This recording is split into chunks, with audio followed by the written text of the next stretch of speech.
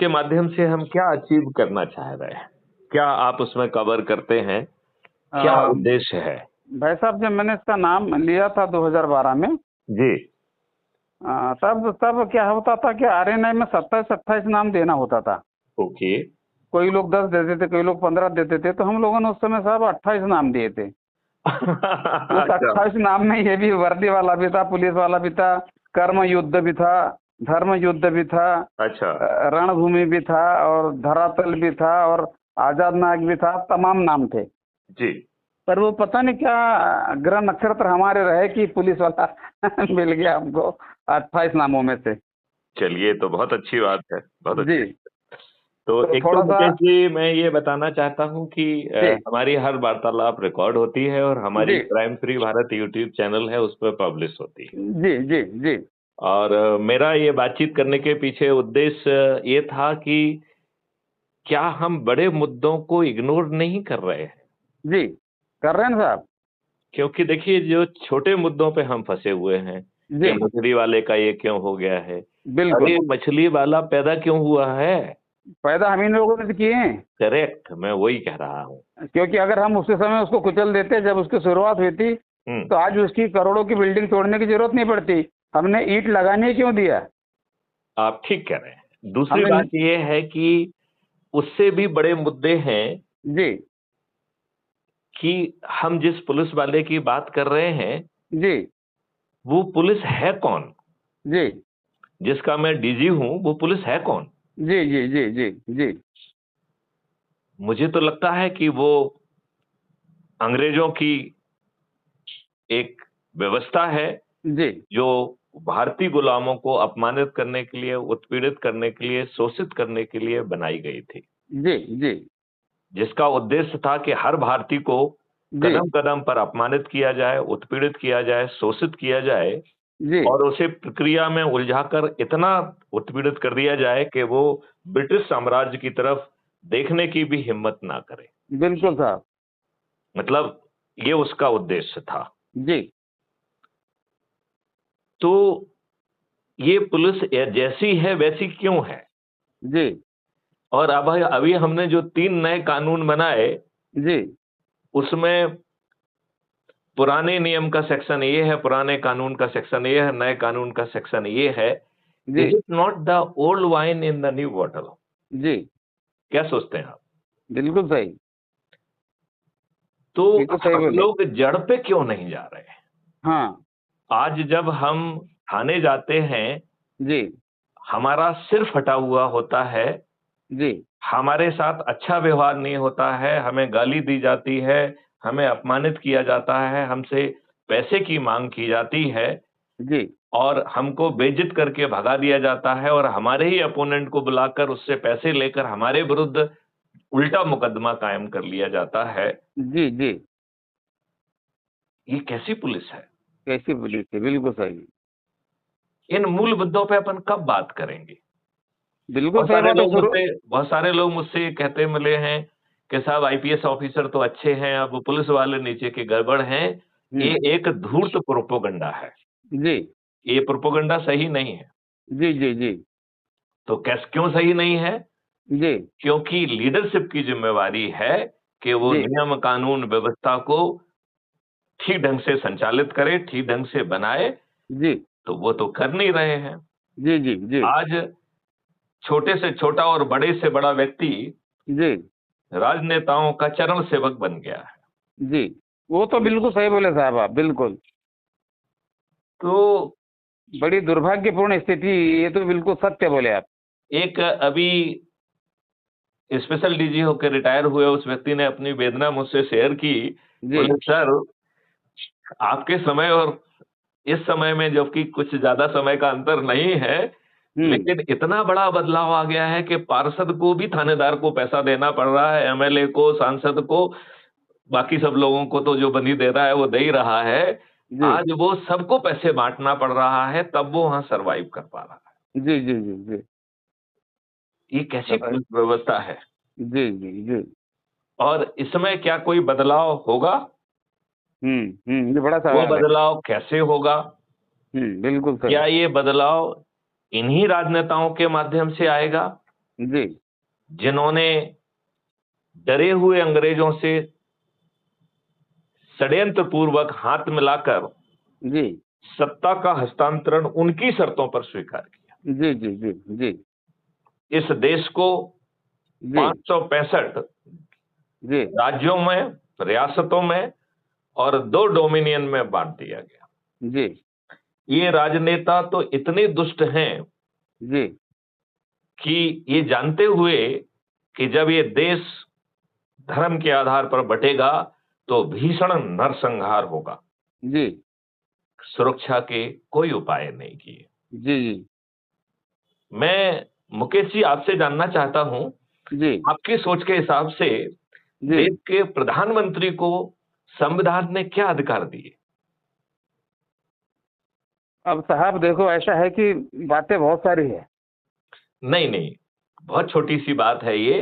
जी हमारे देश के संविधान ने प्राइम मिनिस्टर को केवल एक ही अधिकार दिया कि वो काउंसिल ऑफ मिनिस्टर के नाम रिकमेंड कर सकता है। जी इसके अलावा देश के प्रधानमंत्री को कोई अधिकार ही नहीं है। संविधान के सभी अधिकार काउंसिल ऑफ मिनिस्टर में निहित हैं। जी अब आप अंतर समझ रहे हैं, प्राइम मिनिस्टर और काउंसिल ऑफ मिनिस्टर। बिल्कुल। काउंसिल ऑफ मिनिस्टर का मतलब है कलेक्टिव रिस्पॉन्सिबिलिटी और जी प्राइम मिनिस्टर का मतलब है एक इंडिविजुअल। जी so he is one first among the equals, और चूंकि किसी न किसी को कम्युनिकेट करना पड़ता है तो it is his responsibility to communicate with the president. जी तो काउंसिल ऑफ मिनिस्टर के जो निर्णय हैं जी उन्हें प्रेसिडेंट तक पहुंचाने की जिम्मेवारी प्राइम मिनिस्टर की है। जी अब मैं आपसे मुकेश जी ये पूछना चाहता हूं, जब 1948 में हमारी सेना जी कश्मीर में जीत रही थी जी तो माननीय नरेंद्र मोदी जी ने किस संवैधानिक अधिकार के तहत अपने काउंसिल ऑफ मिनिस्टर से चर्चा नहीं की, अपने होम मिनिस्टर तत्कालीन गृह मंत्री सरदार पटेल से चर्चा नहीं की? जी किस अधिकार के तहत यह व्यक्ति, और जी यदि आप मुझे इजाजत दें तो मैं दुष्ट व्यक्ति कहना चाहूंगा, बिल्कुल बिल्कुल इस बिल्कुल दुष्ट व्यक्ति को किस संवैधानिक अधिकार के तहत ऑल इंडिया रेडियो में जाकर युद्ध विराम की घोषणा करने का अधिकार किसने दिया? किसने दी है? बिल्कुल सत्य बोल रहे हैं साहब। क्या यदि हम लोग उस समय उसके इस बात की भर्त्सना करते तो आज हम इतना बुरा दिन नहीं देखते? हाँ, वो लगाम लगती ना शुरुआत में। तो वो तो नहीं हुआ। तो हम नहीं लोगों हुआ। ने अपने लिए चाटुकारिता की। अब ये जी बताइए, जवाहरलाल नेहरू ने जी अंग्रेजों के हितों को साधने के लिए जी पूरे जो है ना कॉन्स्टिट्यूएंट असेंबली में उनका एक ही काम था, अंग्रेजों के हितों को साधना। जी अदरवाइज बताइए, आर्टिकल 333 के तहत 2 एंग्लो इंडियन हमारे पार्लियामेंट में क्यों बैठना चाहिए? बिल्कुल सही बात है साहब। बताइए ना। बिल्कुल आर्टिकल सही है। 545 में 2 को छोड़कर 543 में ही चुनाव होता है। जी 2 एंग्लो इंडियन आर्टिकल 333 के तहत नामित होते हैं। जी जवाहरलाल नेहरू ने किसका हित साधा था? अंग्रेजों का। अंग्रेजों का। तो अब सवाल ये उठ रहा है कि अंग्रेजों के हितों साधने के लिए उन्हीं को जो है डरे हुए अंग्रेजों को ही गवर्नर जनरल ऑफ इंडिया बना देने के लिए लॉर्ड माउंटबेटन को देश के विभाजन पर वो करने का ना करने वाला इस व्यक्ति ने चूंकि संविधान को की कॉन्स्टिट्यूएंट असेंबली में बढ़ चढ़ के हिस्सा लिया, जी तो आप मुझे ये बताइए कि जवाहरलाल नेहरू को संविधान का तो ज्ञान होगा, ये तो माना जाएगा ना कि नहीं माना जाएगा? जी जी जी बिल्कुल। तो क्या हमारे तत्कालीन प्रधानमंत्री जवाहरलाल नेहरू, और यदि मुझे इजाजत दें तो मैं दुष्ट वर्ड का फिर यूज करना चाहूंगा, तो बिल्कुल दुष्ट बिल्कुल। जवाहरलाल नेहरू ने बिना पार्लियामेंट में जाए आर्टिकल 35A कैसे पैदा किया? जी जी आर्टिकल 35A कभी पार्लियामेंट में बहस के लिए नहीं पहुंचा, उसके सामने नहीं पहुंचा। जी तो जो आर्टिकल पार्लियामेंट के सामने पहुंचा नहीं, जी तो क्या देश के संविधान ने देश के राष्ट्रपति को कोई आर्टिकल पैदा करने की शक्ति दी है क्या? नहीं दी है।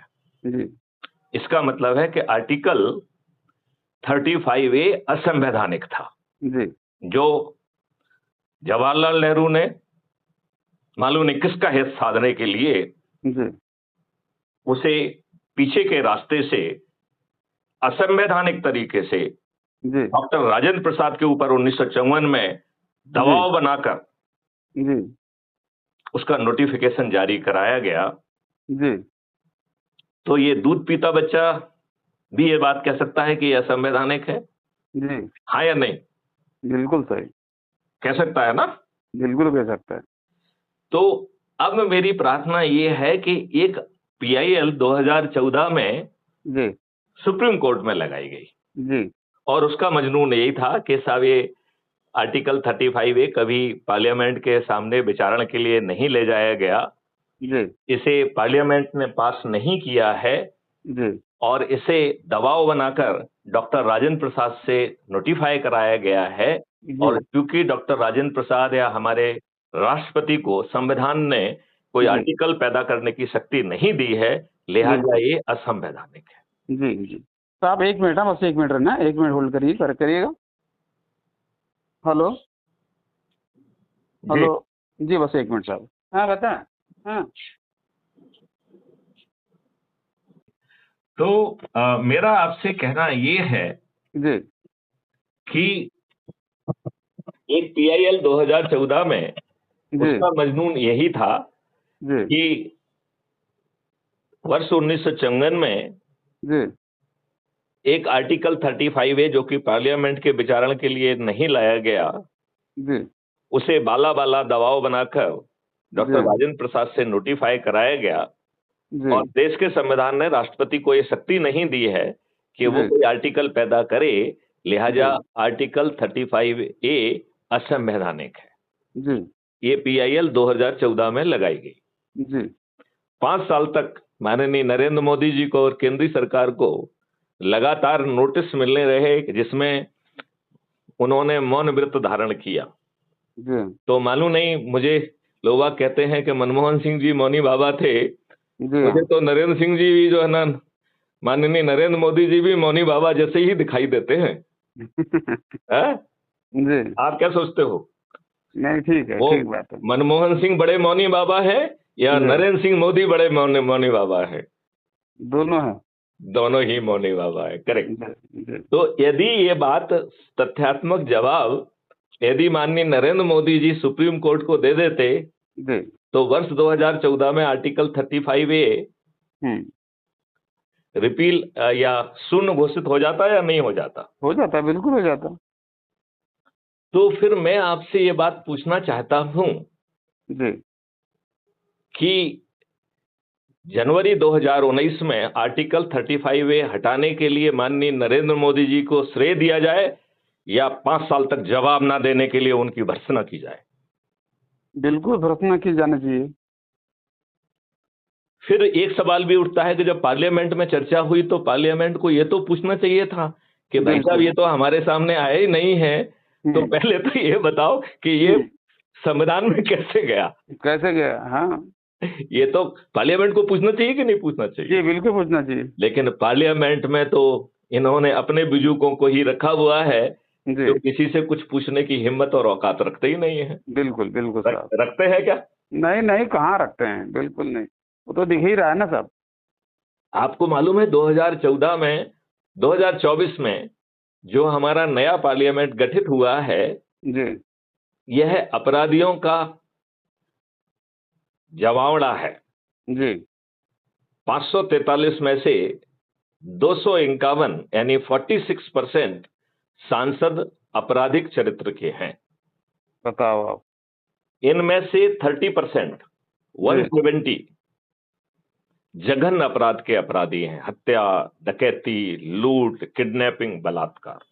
बताइए। इनमें से 27 सांसद तो ऐसे हैं जिन्हें कोर्ट ने सजा दे दी है अपील की ऑक्सीजन, और इन दुष्ट राजनेताओं की मेहरबानी से वो पार्लियामेंट में बैठे हुए हैं। जी जी जी जी क्या इन राजनेताओं से अच्छे भारत की कैसे उम्मीद किया जा सकती है? उम्मीद की जा सकती है क्या? बिल्कुल नहीं की जा सकती साहब। तो फिर आपके सामने एक सरल विकल्प मैथिली शरण गुप्त लगातार भेज रहे हैं, और आप हमसे लंबे समय से जुड़े हुए हैं, जी तो आपने जरूर उन्हें कभी ना कभी तो सुना ही होगा। बिल्कुल बिल्कुल साहब। तो आप हमारे साथ क्यों नहीं खड़े हैं? बिल्कुल खड़ा हूँ आपके साथ।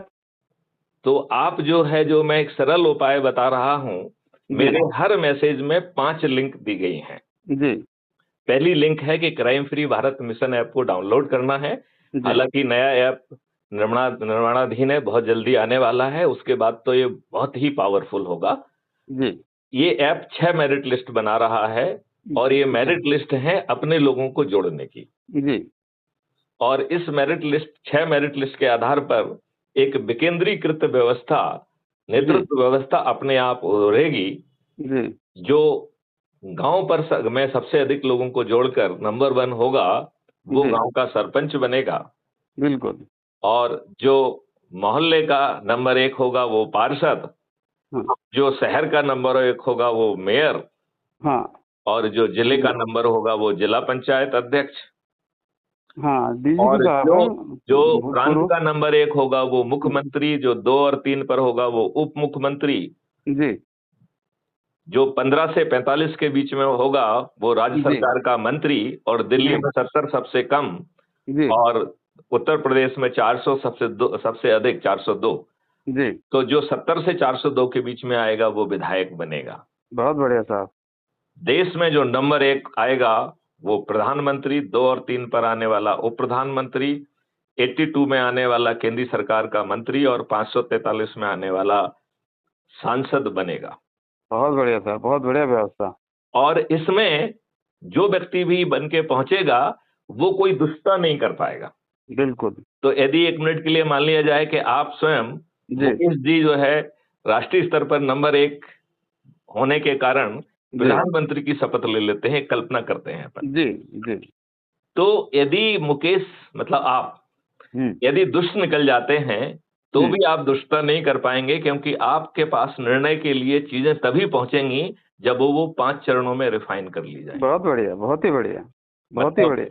जो जिनने जिंदगी लगाई हुई है ऐसे लोगों को टास्क फोर्स का हिस्सा बनाया जाएगा, वो भी बहुत बढ़िया। पारदर्शी तरीके से इम्पैनल होंगे। बिल्कुल। ये लोग जो है टास्क फोर्स जो है लाइव डिस्कोर्स में अपने एयर जी कंडीशन कमरे में नीति आयोग में नहीं बैठेगा, हम्म वो ओपन डिस्कोर्स करेगा। जी और जो मैथिली शरण गुप्त ने मॉडल्स बनाए हैं और या भविष्य में जो भी निर्णय पार्लियामेंट या विधानसभा में लिए जाएंगे जी वो इस प्रक्रिया से गुजरेंगे। जी और 15 दिन का लाइव डिस्कोर्स होगा जिसमें हर कोई जुड़ के अपना सुझाव भी रख पाएगा और अपनी बात भी रख पाएगा। इस जी महामंथन से जो चीज निकल के आएगी उससे मैथिली शरण गुप्त के मॉडल में पहला संशोधन, पहला परिष्कृत किया जाएगा, पहला सुधार किया जाएगा। जी जी जी जी बहुत ही शानदार। फिर दूसरे चरण में आप जैसे विद्वान जो पत्रकार हैं, जो जी पत्रकार लिखते हैं, जो किताबें लिख डाली हैं, जिन्होंने जी देश वेश का बहुत ज्ञान अर्जित कर लिया है, ऐसे लोगों को हम एक्सपर्ट कहेंगे। जी और ये एक्सपर्ट भी एक पारदर्शी तरीके से इम्पैनल होंगे। वो जी मैथिली शरण गुप्त की मेहरबानी से जगह नहीं पाएंगे। जी और वो 15 दिन तक लाइव डिस्कोर्स करेंगे और पब्लिक से लेके हर कोई अपनी बात भी रख पाएगा। इस जी 15 दिन के महामंथन से जो चीज निकल के आएगी जी वो जो है जी फिर उसको जो है परिष्कृत किया जाएगा, सेकंड डिग्री का रिफाइनमेंट किया जाएगा। जी जी बहुत बढ़िया, बहुत ही फिर बढ़िया, तीसरे बहुत बढ़िया। चरण में बदले हुए ब्यूरोक्रेट, आज वाले ब्यूरोक्रेट नहीं, जिनका कंडक्ट रूट बदल जाएगा, तो बदले जी हुए ब्यूरोक्रेट कैसे होंगे, बदली हुई प्रशासनिक क्या उसकी व्यवस्था होगी, वो समझ लीजिएगा। अभी जी मोटे तौर पे कहते हैं कि ऐसे ब्यूरोक्रेट जिन्होंने अपनी जिंदगी भर कुछ ना कुछ कंट्रीब्यूट किया है, उनको पारदर्शी तरीके से इम्पैनल किया जाएगा। और जी फिर ये पैनल जो है जी 15 दिन तक लाइव डिस्कोर्स करेगी। बहुत ही बढ़िया। और तीसरे चरण में जो निकल के आएगा वो मॉडल के तीसरे रिफाइनमेंट के लिए यूज होगा। जी जी जी जी फिर जी जो जी है जी पब्लिक, जी पब्लिक चूंकि फैली हुई है, बिखरी हुई है, भाषाओं में बटी हुई है, लिहाजा उसे 15 दिन नहीं 45 दिन का समय मिलेगा। जी और सभी चैनल पे सभी जगह पर जो है लाइव डिस्कोर्स चलेंगे जी और उसमें भी सब लोग अपनी बात रख पाएंगे। जी तो आम जनता अपनी टूटी फूटी भाषा में 15 से 45 दिन से ये सब चीजें सुन रही है, तो वो जी अपने हितों को तो समझ पाएगी। बिल्कुल। वो अपनी चिंताएं, शंकाएं, कुशंकाएं और अपने सुझाव टूटी फूटी भाषा में कहेगी। उसे कैप्चर करके इस जी महामंथन से जो निकल के आएगा उससे चौथी डिग्री का रिफाइनमेंट होगा। बहुत बढ़िया साहब, बहुत ही बढ़िया। फिर जो है आप जैसे लोग जिन्होंने प्रधानमंत्री की शपथ ले ली, कुछ लोग मुख्यमंत्री की शपथ ले लेंगे, कुछ विधायक की, कुछ सांसद की, कुछ जिला पंचायत अध्यक्ष की, कुछ मेयर की, कुछ सरपंच की। तो जी ये सभी शपथकृत व्यक्ति जो है जी। 5वें चरण में 15 दिन तक लाइव डिस्कोर्स करेंगे और पब्लिक ने अपनी बात कह दी है, लिहाजा वो पब्लिक के प्रतिनिधि के तौर पे बात नहीं करेंगे। वो बिल्कुल, बिल्कुल। स्थिति में बात करेंगे कि पब्लिक ने तो अपनी बात कह दी है। अब आप जी, कहो कि भाई मुझे लगता है कि ये कर देंगे तो और अच्छा हो जाएगा। जी। मतलब आप प्रधानमंत्री के शपथकृत प्रधानमंत्री हैं, लेकिन आप पब्लिक की तरफ से नहीं, मैं देश के प्रधानमंत्री के तौर पे ये कहता हूँ, नो, ये पावर ही नहीं है आपको। इस जी, भाषा जी, का जी। आप उपयोग नहीं कर पाएँगे। बहुत बढ़िया साहब। अब 5वें चरण में जो चीज़ आएगी, उससे 5वीं डिग्री का रिफाइनमेंट होगा, फिर पार्लियामेंट या विधानसभा जहाँ जाना होगा, वहाँ ये जाएगा और ये प्रावधान जो पार्लियामेंट्री बिज़नेस रूल्स होते हैं, विधानसभा के बिज़नेस रूल्स होते हैं, उसमें ये संशोधन कर दिया जाएगा कि कोई भी चीज़ विधायक, सांसद, मंत्री, मुख्यमंत्री, प्रधानमंत्री के द्वारा सीधे पार्लियामेंट में विचारण के लिए लाई ही नहीं जा सकती है। उसे जी। पहले इस 5 चरण में गुज़रना होगा, तब वो हुँ। पार्लियामेंट पहुँचेगी और पार्लियामेंट और विधानसभा पूरे 365 दिन चले। हाँ। अब बताओ, मुकेश जी जिन्होंने हुँ। प्रधानमंत्री की शपथ ले ली है, जी। मैं आपसे पूछता हूँ, आप कुछ गड़बड़ कर पाएँगे? कुछ भी गड़बड़ हो तो गुंजाइश नहीं है साहब, है ही नहीं, गुंजाइश नहीं है। गुंजाइश नहीं है। तो हाँ। अब इस मॉडल को ज़मीन पे उतारने के लिए मैथिली सेनगुप्त ने आपको 5 लिंक दे दी हैं, जिससे जी, पारदर्शी तरीके से आप लोगों को जोड़ सकते हैं। जी। आपको एक यूट्यूब चैनल दे दी है, जिसमें लगातार जो है समझाते हुए वीडियो जो अपन बातचीत कर रहे हैं, ये भी 15 मिनट बाद अपलोड हो जाएगी। जी, बहुत बढ़िया। हम और आपकी बात ये 15 मिनट के अंदर क्राइम फ्री भारत पे पब्लिक में जाने वाली है। बहुत बढ़िया साहब, मतलब इतनी फास्ट स्पीड से काम हो रहा है, बहुत बढ़िया। तो वो यूट्यूब चैनल को सब्सक्राइब करने का और उसकी एल्गोरिदम को बायपास करने का तरीका भी जनरली मैं समझाता हूँ जी, जी, कि जी। आप पहले उसे सब्सक्राइब कर लीजिए क्राइम फ्री भारत मिशन को, जी, फिर जो है उसके बगल में सब्सक्रिप्शन को दबाइए तो ऊपर क्राइम फ्री भारत दिखेगा, उसको क्लिक करेंगे तो उसके नीचे विजिट जो है चैनल आती है, तो विजिट चैनल पे क्लिक करेंगे तो आप फिर क्राइम फ्री भारत मिशन के अंदर पहुंच जाएंगे, यूट्यूब चैनल के जी। अंदर पहुंच जाएंगे। तो आप जिस तरीके से देखना चाहते हैं, अपने तरीके से आप चीजों को देख पाएंगे। हाँ, हाँ, आप जो हाँ। है वीडियो देख पाएंगे, पोस्ट देख पाएंगे, हमारे लाइव सेशन देख पाएंगे, हुँ। आप जो है प्ले लिस्ट को देख पाएंगे और उसमें जो चीज़ परोसी गई है वो देख पाएंगे और जो हम बाकी लोगों की चीज़ों को जो हमें अच्छी लगती हैं, जिन्हें हम जी। एज़ ए पोस्ट जो है ना पोस्ट करते हैं, आप उन्हें भी देख पाएँगे। जी, जी, जी। अब जो तीसरी लिंक है वो है व्हाट्सएप चैनल की, तो क्राइम फ्री भारत के व्हाट्सएप चैनल की वो लिंक दबा के जॉइन कर लेना है, तो यू विल जी, not miss out anything from me. जी, अब व्हाट्सएप जो है इन राजनेताओं का गुलाम हो गया है, जी, लिहाजा हमें टेलीग्राम का सहारा लेना पड़ रहा है। तो जी। टेलीग्राम में बहुत फ़ायदे हैं। एक तो फ़ायदा ये है कि 2 लाख का ग्रुप बन जाता है। हुँ। दूसरा फ़ायदा है कि वो टेलीग्राम आपकी मेमोरी, मोबाइल की मेमोरी नहीं खाता है, वो सर्वर हुँ। की मेमोरी खाता है, जी, राइट? तो आपका कभी जो है मोबाइल भारी नहीं पड़ेगा, उसकी मेमोरी कभी खराब वो नहीं होगी, ठीक है ना? जी, जी, और इसमें जो है सदस्य भी जी, अपने लोगों को जोड़ सकता है, तो चूँकि लोगों को जोड़ना ही मुख्य मकसद है, जी, लिहाजा बिना एडमिन बने आप उसको जोड़ सकते हैं। आपका नंबर सीक्रेट रहता है, कोई देख नहीं सकता है जी, और आप जो है व्हाट्सएप में 25 एमबी की फ़ाइल डाल सकते हैं और टेलीग्राम में आप 2 जीबी तक की फ़ाइल डाल सकते हैं। जी, जी। तो मेरा उसमें आपसे अनुरोध है कि आप जो है टेलीग्राम की जो लिंक है, उसके माध्यम से क्राइम फ्री भारत के मेन ग्रुप से जुड़ जाइए। बिल्कुल, बिल्कुल साहब। और अंतिम जो है वो है यूट्यूब जो आपका हमारा वेबसाइट। तो क्राइम फ्री हाँ। भारत की वेबसाइट बहुत छोटी-सी है, 5 लाइन की वेबसाइट है ये, लेकिन हुँ। चमत्कारी है ये। जी, उसका सबसे पहले मूव टू में आप जाएँगे, तो सीधे यदि आप यूट्यूब में घुस जाएँगे तो सीधे अंदर चले जाएँगे, आपको कोई चैनल-वैनल कहीं कुछ सेलेक्ट नहीं करना पड़ेगा, जी, राइट? यदि आप जी, नोटिस बोर्ड पे चले जाएँगे तो आप हमारे सीधे ऐप में पहुँच जाएँगे और जो हमारी पोस्ट हैं, आप सीधे देख पाएँगे। जी, यदि आप जो है डाउनलोड में जाएँगे तो जो हमने बहुत सारे डॉक्यूमेंट क्रिएट किए हैं, उन्हें आप देख पाएँगे, पढ़ पाएँगे।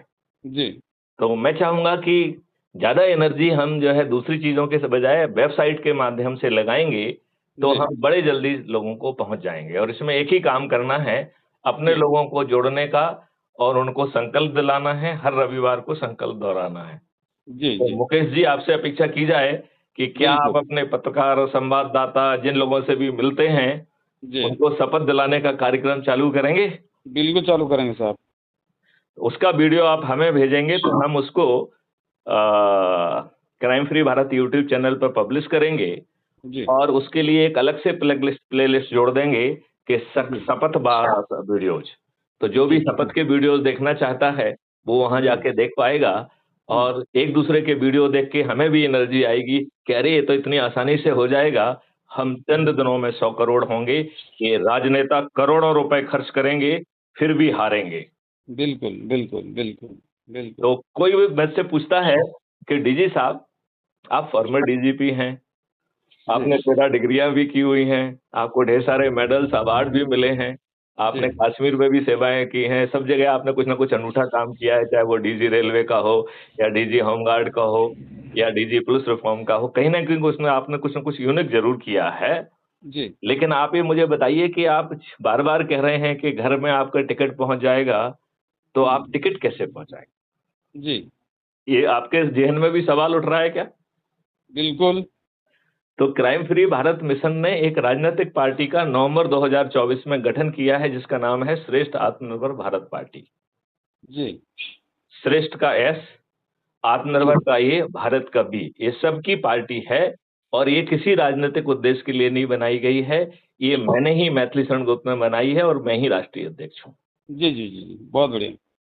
और इसका सिर्फ एक ही काम है कि जो 6 मेरिट लिस्ट में लोग हैं उनको जो है चंद्रगुप्त का सर्टिफिकेट और टिकट उनके घर पहुंचाएं। जी अब मुकेश जी मैं आपको एक और चीज कहना चाहता हूं कि आपको टिकट मिल गया, आपने अपना नामांकन भर दिया है, लेकिन मैथिली शरण गुप्त की शर्त है कि आप अपनी पत्नी को भी नहीं बताएंगे कि मैं उम्मीदवार हूं, मुझे वोट दो। बहुत बढ़िया। तो आप कहेंगे कि साहब जब मैं यही नहीं बताऊंगा कि मैं उम्मीदवार हूं तो मुझे वोट कौन देगा? ये राजनेता तो जो है करोड़ों रुपए खर्च कर रहे हैं, होर्डिंग लगा रहे हैं, क्या क्या कर रहे हैं, दारू बांट रहे हैं, साड़ी बांट रहे हैं, पैसे बांट रहे हैं, तो हमें कौन वोट देगा, हम जीतेंगे कैसे? हाँ ये आपके जहन में भी सवाल उठ रहा है क्या? हाँ हाँ बिल्कुल सही है। तो इसमें मैथिली शरण गुप्त के 2 स्ट्रेटेजी है। एक तो जी ये है कि जब हम अपने लोगों को जोड़ेंगे तो जिन्होंने आज की भ्रष्टाचार में, बदमाशी में, मक्कारी में कुछ कमा लिया है, उन्हें जुड़ने में कम रुचि होगी। गरीब जिन्हें 5 मौलिक अधिकार मिल रहे हैं, जिनकी जिंदगी बदल रही है, उनको जुड़ने में ज्यादा रुचि होगी। होगी कि नहीं होगी? बिल्कुल।